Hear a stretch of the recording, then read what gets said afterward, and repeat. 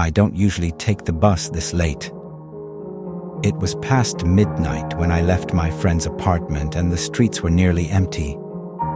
My usual ride had stopped running an hour ago, but the transit app showed one last bus, Route 113, still operating. I had never heard of it before. When I reached the stop, a bus was already waiting. Its headlights barely cut through the thick fog rolling in from the bay, and its windows were tinted so dark I couldn't see inside. The doors hissed open as I approached. I hesitated. The bus was almost too silent, the engine an absent hum. But my apartment was too far to walk, and the thought of an overpriced rideshare didn't sit well with my dwindling bank account. So, I stepped inside. The driver didn't acknowledge me. His uniform was crisp but outdated, something out of the 1950s. A cap obscured his face, his hands gloved and stiff on the wheel. I dropped my fare into the box, no screen lit up to confirm it had registered, and turned to find a seat. The bus wasn't empty. A handful of passengers sat scattered throughout, their heads tilted slightly downward, hands resting motionless on their laps. They didn't shift or glance up as I passed. A woman in a long grey coat sat near the front, her hair hanging limply over her face. A man in a suit held a briefcase on his knees, his fingers gripping the handle tightly. Further back, an elderly woman stared straight ahead, her lips moving soundlessly. I took a seat near the middle, telling myself it was just late and everyone was tired. But something felt wrong. The bus pulled away from the curb without a jolt, moving too smoothly over the cracked city streets. Outside, familiar buildings blurred past, yet something about them felt distorted, as if they had been painted from memory, but the artist had gotten the details slightly wrong. Minutes passed, then more. I checked my phone, no signal. The transit app wouldn't refresh. I glanced up at the electronic display above the windshield, expecting to see the next stop. The screen was blank. I shifted in my seat. The air felt thick, pressing against my skin. No one had moved, not a single shift of weight, no rustling of fabric. Even the woman's silent whispers hadn't changed pace. I leaned toward the aisle, looking for a street sign, a landmark, something. But outside, the city had faded into a stretch of empty road lined with skeletal trees. The trees seemed to sway without wind, their branches twisting as though reaching for the bus. Occasionally, the fog would part, and for a brief moment I thought I saw shapes moving between them, tall and thin, keeping pace with us. "Excuse me," I said, my voice barely above a whisper. No one reacted. I tried again, louder. "Excuse me! Where is this bus going?" The old woman's lips stopped moving. The suited man's grip tightened on his briefcase. The woman in gray slowly turned her head toward me. I wished she hadn't. Her face was hollow, sunken, her skin a pale stretch of something too smooth to be flesh. Her eyes, no whites, no iris, just deep, endless black, locked onto mine. And then, in perfect unison, every other passenger turned to face me, their movements eerily fluid, their faces equally void. A soft chuckle interrupted the silence. I turned sharply to my left. A man sat across the aisle, smiling faintly, his head tilted in amusement. Unlike the others, his face had definition, his eyes sharp and intelligent. He was dressed in a dark, heavy coat, his fingers laced together over his knee. "You shouldn't have spoken," he said, his voice smooth, almost sympathetic. My breath caught in my throat. "What? What is this?" I whispered. He exhaled, glancing toward the driver. "A ride. A ride that only takes, never delivers. His gaze flickered to the passengers. They were like you once, not anymore. The bus shuddered. Outside, the skeletal trees had vanished, replaced by a dark expanse of nothing. The world outside was unraveling, bleeding into an abyss. The man leaned closer, his voice lower now. Listen carefully. There is one way off before the last stop. One chance. But you have to be quick. My pulse hammered. How? His lips barely moved. Watch the door. The overhead lights flickered. A low, rattling noise crept through the bus, the sound of something slithering beneath the seats. The suited man's briefcase fell to the floor with a heavy thud, yet he didn't move to pick it up. The woman in gray shifted slightly, as if preparing to stand. The bus was slowing down. I forced myself to breathe, eyes locked on the doors. Somewhere outside, a shape loomed in the fog, waiting. And then the air changed. A low, wet sound echoed from the back of the bus, like something heavy dragging across the floor. A new presence. The overhead lights buzzed and dimmed as a stench of damp earth and rotting wood filled the air. I turned my head slowly, afraid of what I might see. At the very back, past the unmoving passengers, a figure sat where there had been an empty seat before. It was draped in something that might have once been cloth, but now hung in tattered strips, moving unnaturally as if stirred by an unseen breeze. Its hands, long and gnarled like twisted roots, rested on its knees. The head tilted forward slightly, concealing its face beneath a deep hood. The man beside me tensed, his easy demeanor shifting into something sharper. "Don't look at it," he murmured. "Don't acknowledge it." Too late. The figure shifted. A single hand lifted, crooking a finger toward me in a slow, deliberate gesture. The bus groaned, the walls seeming to stretch, the windows warping as if the vehicle itself was breathing. The door was going to open soon, and whatever was waiting outside was not nearly as terrifying as what had just stepped inside. The air inside the bus thickened, pressing against my skin like something alive. The overhead lights flickered erratically, casting long, distorted shadows across the floor. The figure at the back remained motionless, except for the slow, curling gesture of its hand. I tore my gaze away, fixing my eyes on the window, but outside was nothing. No street, no sky, just a void of swirling black mist. My reflection in the glass wavered, but something else moved behind it. The man beside me inhaled sharply. It knows you see it. I clenched my hands into fists, my nails biting into my palms. What happens if I... A whisper, right behind my ear. "Come closer." I jolted forward, every nerve in my body screaming. The voice was like wet leaves crunching underfoot, like wind rattling through dead branches. I didn't turn around. The bus jerked suddenly, the motion unnatural, like it had hit something without slowing down. The passengers swayed in unison, but remained eerily still, their eyes locked forward. The woman in gray, the suited man, the old woman, none of them reacted, except for the thing in the back. It was standing now. The dark, tattered fabric around its body shifted as if it were breathing.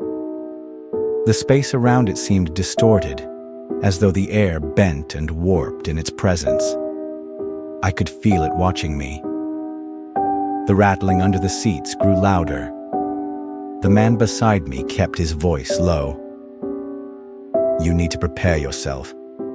It's going to speak again." My pulse pounded in my ears. What happens if I... Closer. I gasped as the voice slithered through my mind, bypassing my ears entirely. It was inside my thoughts, crawling through them like fingers in the dark. The bus groaned, the metal framework creaking as if under immense pressure. The driver still hadn't moved, hadn't reacted. He was just a shape, frozen at the wheel, guiding this impossible vehicle through nothingness. The door was going to open soon, and I didn't know if I was supposed to run toward it or away from whatever was now standing just feet behind me. I gripped the edge of the seat in front of me, trying to ground myself, but the fabric felt wrong, slick and damp like moss-covered stone. The man beside me hadn't moved.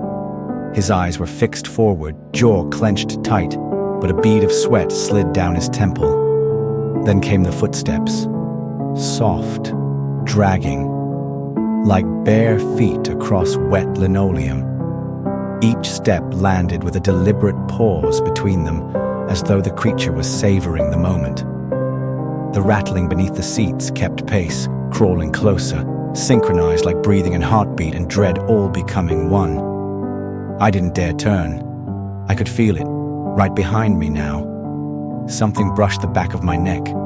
A breath, cold, fetid, like a cave long sealed from light. "You spoke," it said again, but this time aloud, its voice layered. One tone low and gravelly, another high and childlike, overlapping in sick harmony. "That makes you eligible." I couldn't move. My body refused to obey. My voice died in my throat. "Eligible for what?" The man beside me finally moved. His hand darted into his coat, pulling out what looked like a small object wrapped in cloth. He pressed it into my palm without looking. "Do not open it," he said. "Only when it chooses." "What is it?" I whispered, the words barely audible. He didn't answer. His eyes flicked to the figure behind me, and something passed between them, an understanding I wasn't part of. Then the bus lurched. The doors hissed. They opened. Outside wasn't the city. It wasn't anything I recognized. A long platform stretched into the fog, built of wooden planks, slick with black water and old moss. Rusted lampposts stood crooked along its edge, their lights flickering a jaundiced yellow. Beyond it was a dock, and tethered to it, a boat, or what looked like one. It had no clear shape, just a mound of decaying wood and bone, sails made of stitched leather that pulsed like lungs. There was movement on board, something shuffling, waiting. The passengers began to rise.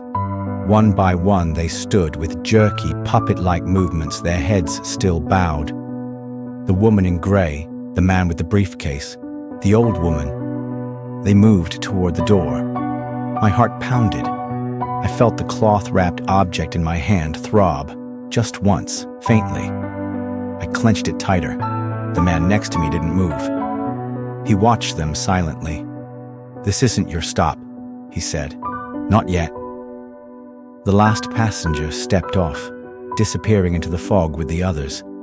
Then, the doors stayed open, and I realized the thing behind me hadn't moved. It was waiting. Not for them. For me. The fog outside thickened, coiling inward like it was alive. Like it was aware the door was open and eager to reach inside.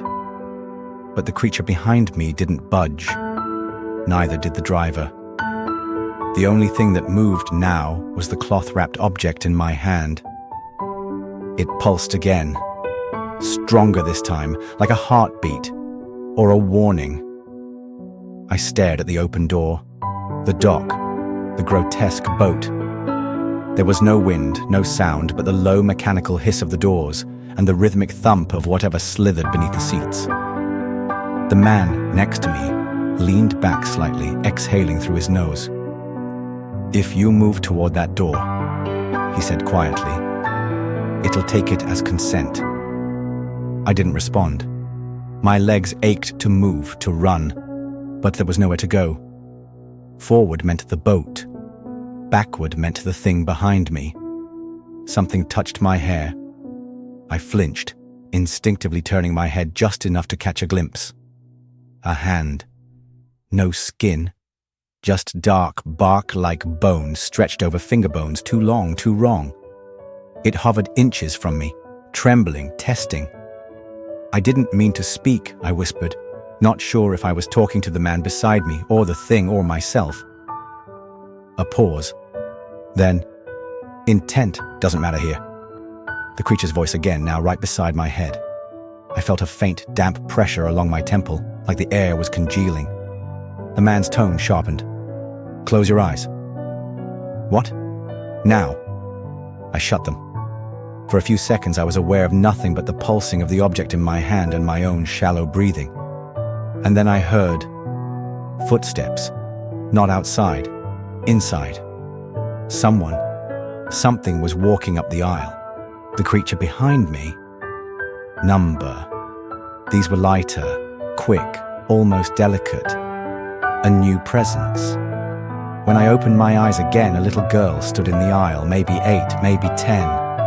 Her dress was torn lace, grey with soot and grime, and her feet were bare. She held a stuffed rabbit in one arm, its head dangling by a thread. Her skin had the pale sheen of wax, but her eyes were impossibly blue, almost glowing.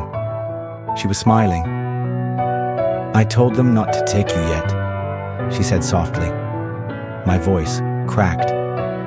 Who are you? The little girl's smile widened, but it didn't reach her eyes. I'm what comes before, she said. The others come after.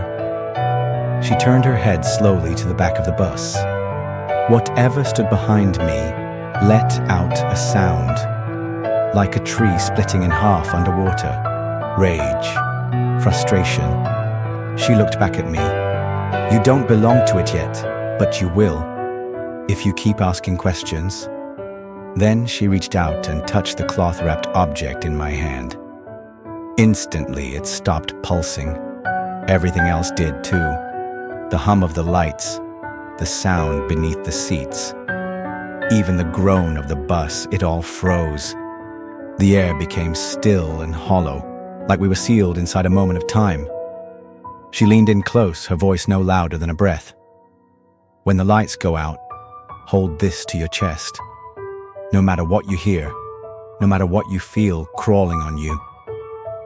The spell broke. She was gone. No footsteps, no sound. Just gone. And behind me, the creature had stepped back, but the doors were still open, still waiting. The bus groaned, a low metallic moan like it was waking from some half-sleep. The open doors still gaped, and outside the platform had begun to change. Where before there had been slick wooden boards and fog, there were now faces, dozens, maybe hundreds, pressed against the mist like it was glass. Some were grinning, some screaming. Their features shifted, flickered, merged. One of them looked like the old woman from the bus, another like me. The boat throbbed with a new kind of life now, its sails twitching like muscle under skin. And the doors still didn't close. Why aren't they shutting? I asked, my voice hoarse. The man beside me didn't answer. I turned to him. He wasn't beside me anymore. He was standing near the front of the bus now, staring straight ahead. Frozen. Everyone was frozen. Even the driver. Only I could move. I stood up slowly, heart hammering. The cloth-wrapped object throbbed in my fist again, once, then again. It was alive, responding. I looked down at it. The cloth had begun to unravel, thread by thread on its own. Inside was something small, metallic and old, like a locket or a compass.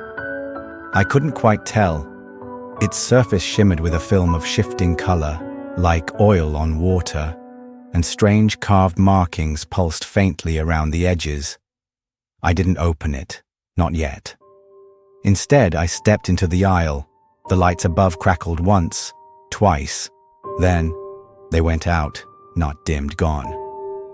Darkness swallowed the bus, and I felt them.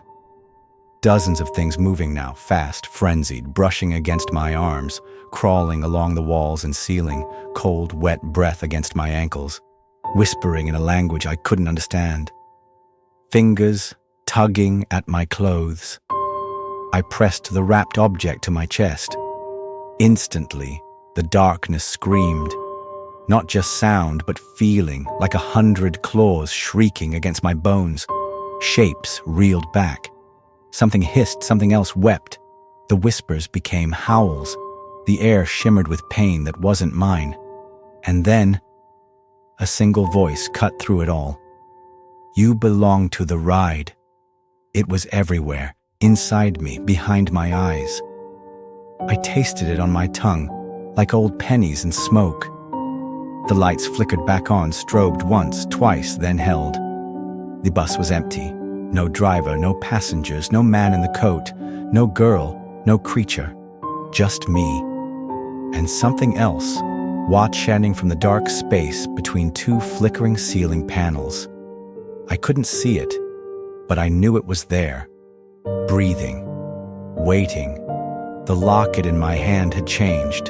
The markings on it were glowing now, and I realized they matched something scratched into the seat backs, into the floor, into the windows. It was everywhere. This wasn't a vehicle. It was a trap, a vessel, a ritual, a route. The speaker above the windshield crackled to life with a burst of static. Then a voice, not mechanical but old, patient, like stone grinding on stone. Next stop, deeper. The bus began to move again, faster now. Outside the window, the world was gone. No trees, no streets, just depth, layers of shadow, walls of writhing flesh and flickering flame. Eyes pressed against the glass, blinking one by one. Something large paced us in the dark, its silhouette larger than the buildings we'd once passed. I gripped the locket tighter. I wasn't off the ride. I was only being taken further in. The bus hurtled forward now, too fast to be real, yet I felt no momentum, just the blur of motion and the distant hum of something ancient. Something pleased. The locket in my palm pulsed with a rhythm that didn't match my heartbeat anymore. It beat slower, deeper, like it was syncing with something else. I looked around one last time. The bus was no longer a bus. The seats had become long pews, or perhaps benches made from bone. The windows now shimmered like water, and the outside, if you could call it that, was a vast expanse of nothing speckled with stars that moved wrong. Somewhere ahead I knew the final stop waited, but it wouldn't look like a station. It would look like something I'd forgotten, or something I was meant to remember. The speaker crackled again, a whisper now, softer than before. Almost home. My grip loosened on the locket. I didn't remember opening it. Inside was a photo, faded, worn, of me, as a child, standing beside a bus, Route 113. The driver's face was blurred, but his cap was the same. Behind me, in the photo, were passengers. Familiar, all of them, smiling, and I realized I'd been here before, not once, many times. The locket clicked shut on its own. The bus lights dimmed to a warm, soft glow. Outside, something massive loomed just out of sight. And then, the bus began to slow. But I didn't stand. I didn't run. I just waited. Because somehow I knew this wasn't the end. It never is.